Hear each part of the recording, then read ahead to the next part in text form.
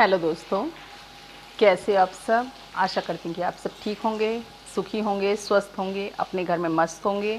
तो जैसे कि मैंने अपने थंबनेल में डाला हुआ है कि सीता जो है वो ज़रूरी नहीं है कि आज के ज़माने में भी जुल्म ही सह रही है, क्योंकि ये कलयुग है और कलयुग में हर नारी जो है ना सीता नहीं है ना।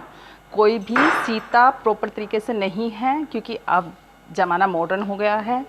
सब अपने जो हैं अधिकार पे बिल्कुल सबल हैं। और अब तो ये क्या है कि अधिकार केवल इसी चीज़ का कि हम बोल्ड हैं, हम पढ़े लिखे हैं, हम क्यों कानून माने। और कानून भी क्या है कि औरतों का ही साथ दे रहा है ना। बहुत सारे अधिकार औरतों को मिले हुए हैं, तो कुछ तो उसका मिसयूज कर रहे हैं, है ना। सही मायनों में हम उसका मतलब क्या कर रहे हैं, पूरी तरह से उस अधिकारों पर हम अपना अधिकार जमा रहे हैं। इस तरह से नहीं करना चाहिए। ठीक है, हम लोगों को अधिकार मिले हैं कि हम मतलब किसी का जुल्म नहीं सहेंगे, है ना। लेकिन इतना भी मत घमंड करो कि नारी हो तो सब पर भारी हो, है ना। तो इस तरह से हमने मान लो हम फिर भी चाहे हम कितने भी बोल्ड हो जाएं, कितने पढ़े लिखे हाई एजुकेटेड हो जाएं, बट फिर भी हमें अपने सहारे की ज़रूरत होती है। एक पति नाम का सहारा हमारी ज़िंदगी को चलाने के लिए बहुत ज़रूरी होता है। और आजकल क्या सोच रहे हैं कि हम खुद डिपेंड हो सकते हैं अपने पैरों पर, हम किसी की नहीं सुनेंगे, हम किसी की नहीं मानेंगे। तो ये तो बहुत गलत बात है। अब आज का टॉपिक क्या है मेरा टॉपिक है एक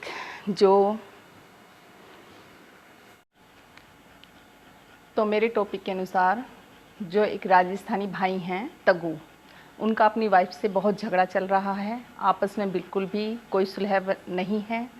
और मैं ये मानती हूँ कि गलती ज़रूरी नहीं है कि मर्द की ही हो। बेशक पुरुष प्रधान है, लेकिन गलती औरत भी कर सकती है, और औरत को अपनी गलती माननी भी चाहिए।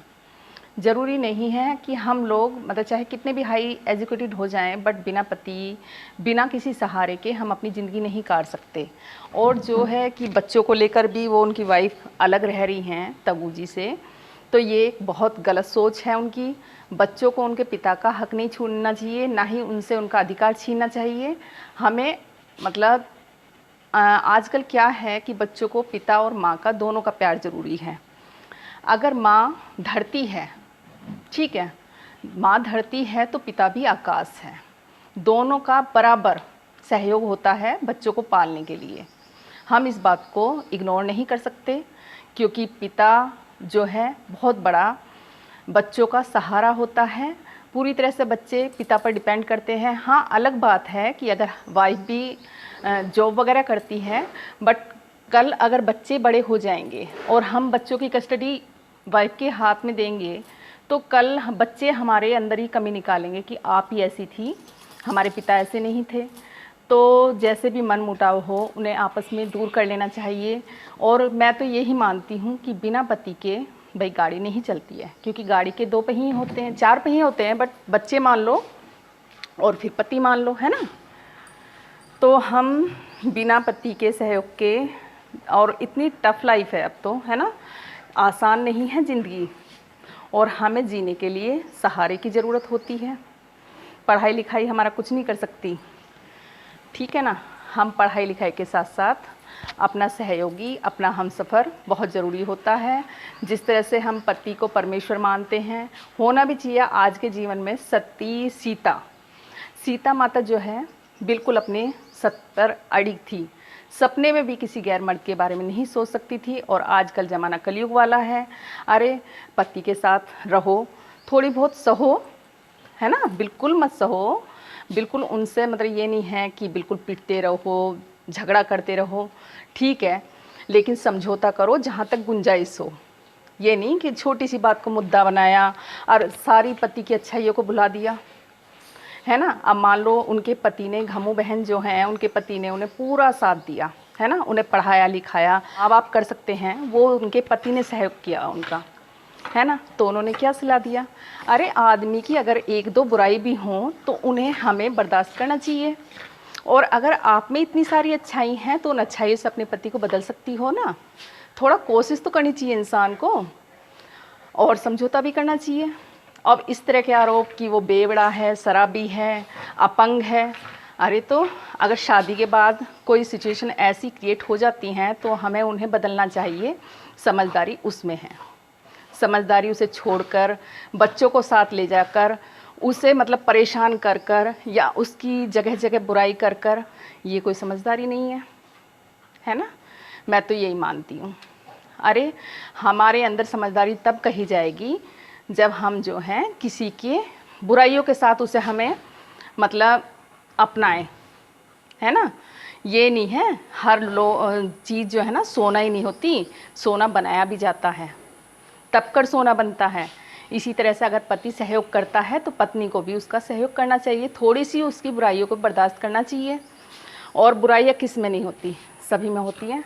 हम लोगों में नहीं है, आप लोगों में नहीं है, पर ये थोड़ी है उसका इलाज कि हम लोग उसे छोड़ दें, छोड़ कर चले जाएं।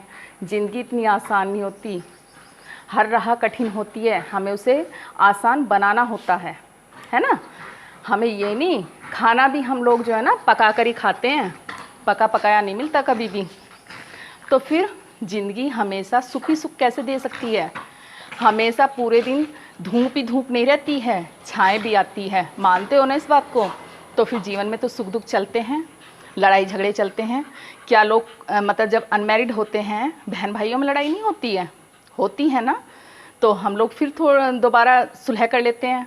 तो फिर पति पत्नी की लड़ाई जब 2 बच्चे हो गए उसके बाद भी आप लोग एक दूसरे को एक्सेप्ट नहीं कर रहे हैं, उनकी बुराइयां निकाल रहे हैं, तो ये तो बहुत गलत बात है। मैं तो ये चीज़ गलत मानती हूँ। ठीक है, घमों में बहुत अच्छी सारी अच्छाइयाँ हैं और तगु भाई गलत हैं कहीं ना कहीं, तो उन्हें सुधारने की कोशिश करो। और हालांकि मैं तगु भाई में गलती नहीं मानती हूँ, हर आदमी सेल्फ रिस्पेक्ट चाहता है ना। और जब इतना सहयोग कर रहा है कि आपको शादी के बाद पढ़ा भी रहे हैं, एजुकेटेड भी कर रहे हैं, अरे और क्या चाहिए हैं। ऐसा पति तो नसीब से मिलता है। बहन मैं यही कहना चाहूँगी, रेस्पेक्ट करो उनकी, ठीक है ना। और बदलना चाहो तो अपने आप को बदल सकती हो, सब कुछ अपने हाथ में है। कोशिश करके तो देखो, पूरा जीवन पड़ा है। अरे क्यों किसी को बुरा कहती हो और बुरा कहवाती हो किसी से। कोशिश करो अपने पति को फिर से एक साथ रहो, बच्चों को पिता का प्यार मिले, आपको पत्नी का प्यार मिले, और अपनी जगह सब सही हों।